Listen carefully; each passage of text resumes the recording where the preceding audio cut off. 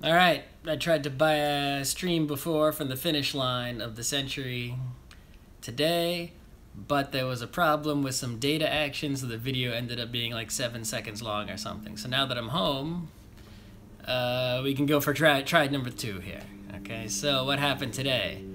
I biked in the New York City Century. It was actually not 100 miles. It was like 114, 15 miles because I had to bike from home to the start to get there before 6 a.m. And after it finished, I had to bike home. So that happened. What else happened? It was a pretty strange ride. I'd never biked that far all at once before. And what was interesting was that around the second or third rest stop, we were out in Queens, like Forest Hills. My legs were hurting. It wasn't a good time. I wasn't 100% sure I was gonna finish. I could always bail out, right? It's not a big deal.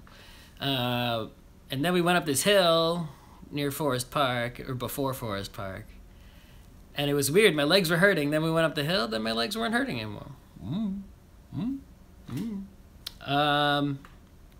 Another interesting thing that happened is even though my legs stopped hurting then, I was still getting tired and bleh.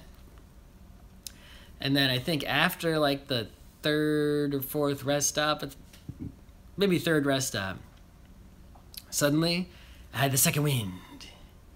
I was riding like I had just started riding, like whoosh, no problems. It's just like, oh, I don't know what happened. I can't replicate it. If I knew the cause of that, I could do something about it, but I don't know the cause of that, so that's what that is. Let me turn around so there's better lighting on my face. That's better. What else happened today? At like 8:30 in the morning. So it started at 6. At like 8:30 in Borough Park, there was a drunk driver who hit some people. Obviously, I was nowhere near that at the time. One person's in like critical condition. I assume the other people are in less than critical condition. Of course, there's a ton of people biking everywhere, so after the drunk driver hit the person and tried to run away, hit 4 people.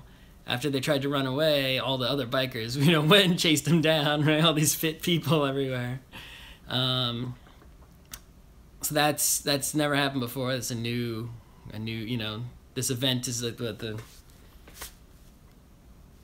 28th century, and there hasn't been an incident previously.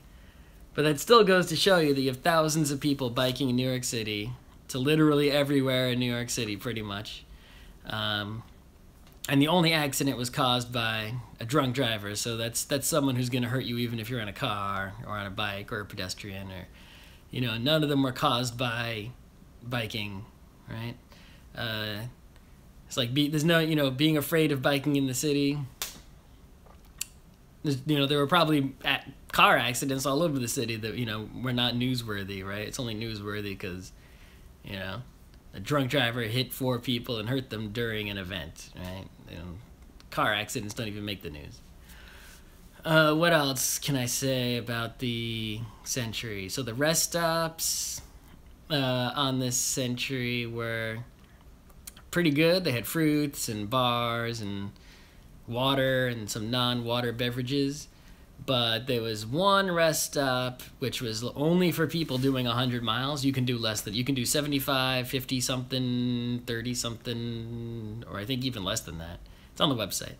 But there's 2 rest stops that are only for people doing 100. And the first of those 2 rest stops was kind of meh. All they had were like these chocolate chip bars, and whereas all the other rest stops had a wide variety of stuff, including peanut butter and jelly sandwiches, which were on wheat, which is great because I can't eat it on disgusting white bread, at least store white bread.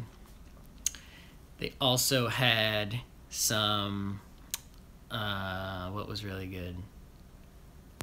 Oh, they had watermelon, right? I had not seen that before, but there were busy people cutting up watermelons all the time, and you just, watermelon. That was great. At the finish line was kind of meh. They had these ices that you could squeeze out of a cardboard tube that were okay, but everything else at the finish line was like not much going on. It's like you pretty much go there to rest, and there's a DJ. I don't know why they have DJs at these things. It's like, is there someone being like, oh, where's the DJ? How come there's no music's jamming at the finish line? Oh, it's like, no. I'm kind of tired because I biked. I slept. I went to bed like 11 something. I woke up at 4:45, and then I biked 115 miles, and then I came home. So it's a little sleepy time, but I still need to eat more food. So I ordered some Thai food that will be here, and I'll lay on the couch, eat my Thai food, and watch some TVs or something. But yeah, if you bike, and if you're in New York City, I highly recommend this event. It supports a high quality organization, and depending on your capabilities, you can, pick your mileage, whatever suits you.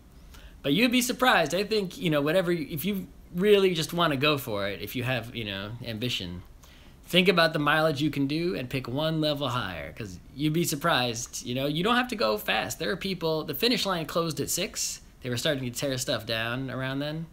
But it's like, we were not the first or the last people to finish. We got to the finish line around 5. We were aiming for 4, but there's a lot of stopping and going in New York, right? Which kills your time. But there were people who didn't get to that finish line by 6 for sure, who were doing 100. Like, they might get there at 7 or 8, and like, they don't even care, right? You can do it. You just got to finish. You can go as slow as you want. The only tricky thing was that you're riding, with cars a lot of the time. It's not like a completely sealed road. There's a very short baby routes that are in Prospect Park that are on a sealed road. But other than that, you're riding on the actual road, and you need the cue sheet, or you need the markers on the street to tell you where to go. So there were a few times where like we almost made a wrong turn or went the wrong way. There was one time we were in a blob of people. We all went the wrong way and then all corrected it all at once. So you got to really pay attention. The only way to use your the phone to help you with this is there's like this stupid app that costs like $5 a month, where you can download the GPS data into it. I don't know. We couldn't find any other app that does, that lets you download the data from that the ride provides you. I guess you could sit there and like make the route by hand in Google Maps or something. I don't know if that's still possible or whatever, but that's a pain in the ass. You want to do that. Anyway, not much more to say. So 7 minutes, 8 minutes is plenty of time for a video for about my one day. But I just promised I would make the video, so I did. And now I am done. Be done.